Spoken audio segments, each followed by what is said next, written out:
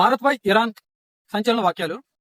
అవి తెలుసుకునే ముందు అసలు యుద్ధం ఏంటంటే అమెరికా, ఇజ్రాయెల్ ఒకవైపు, ఇరాన్ ఒకవైపు. ఈ రెండు కలిసి అయితే మనకి ఇప్పుడు ప్రెజెంట్ అయితే యుద్ధం చేసుకుంటున్నాయి. సో చాలా అంటే చాలా క్రూషియల్ గా ఉంది పరిస్థితి బయట. యుద్ధం ఎందుకు వచ్చిందా అంటే మనకి ఇరాన్ ఏదైతే ఉందో ఆ ఇరాన్ అనేది న్యూక్లియర్ వెపన్ అయితే తయారు చేస్తుందంట. సో ఈ న్యూక్లియర్ వెపన్ అయితే తయారు చేస్తే ఖచ్చితంగా అమెరికా, ఇజ్రాయెల్ అయితే ఉన్నాయో వీటికి ప్రాబ్లం అని చెప్పేసి ముందుగానే ఆ న్యూక్లియర్ వెపన్ ని తయారు చేయకుండా ఆపడానికి ఈ అమెరికా అండ్ ఇజ్రాయెల్ అనేది రెండు కూడా ఈ ఇరాన్ మీద దాడి చేస్తున్నాయి. ఈ ఫైట్ చేసిన ఒకటో రోజో రెండో రోజో మనకి ఇరాన్ యొక్క అధ్యక్షుడు అలీ కమీ అయితే మరణించేశాడు. సో ఈ అమెరికా అండ్ ఇజ్రాయెల్ ఏమన్నారంటే ఈ ఇరాన్ అధ్యక్షుడు అలీ కమీని చంపేస్తే ఇక ఆ దేశం మొత్తం మన చేతుల్లోకి వచ్చింది అనుకున్నారు. కానీ ఇరాన్ అంతకు మించి గట్టి పోటీయే వీళ్ళిద్దరికి ఇస్తుంది. సో అధ్యక్షుడు చనిపోయినా కానీ వాళ్ళ సైన్యం అయితే గట్టిగా పోరాడుతున్నారు. యుద్ధాల గురించి మనకి ఎందుకు బ్రో అని నేను అనుకోవచ్చు.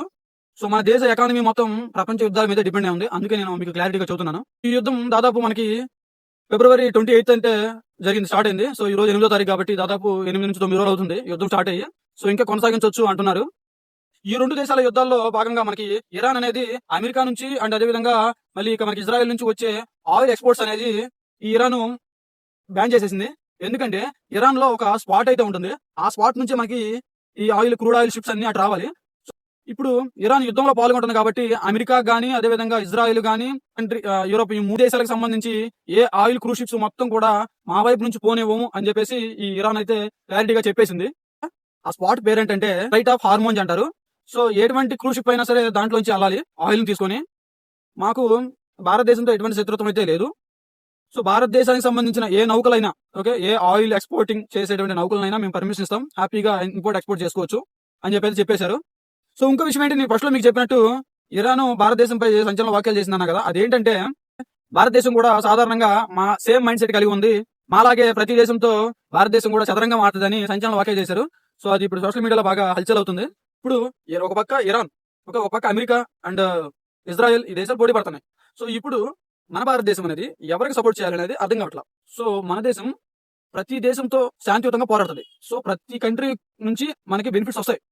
ఓకే, ఎందుకంటే ప్రతి కంట్రీ నుంచి మన వస్తువులు వాళ్ళు ఎక్స్పోర్ట్ చేస్తున్నారు, వాళ్ళ వస్తువులు మనకి ఇంపోర్ట్ చేసుకుంటున్నాం. సో ఇలా మన దేశం ఏంటంటే ఎవరితో శత్రుత్వం పెట్టుకోకుండా ప్రశాంతంగా ఉంటుంది. ఈ యుద్ధం స్టార్ట్ అయ్యి దాదాపు 8 రోజులు అవుతుంది.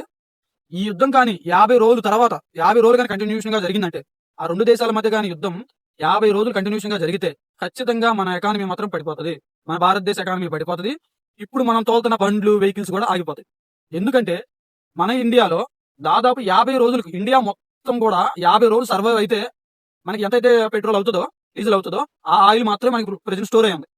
సో ఎందుకంటే ఈ యుద్ధాలు 50 రోజులకు మించి జరిగితే ఎక్స్పోర్ట్ ఇంపోర్టింగ్ ఆగిపోతుంది ఆయిల్స్.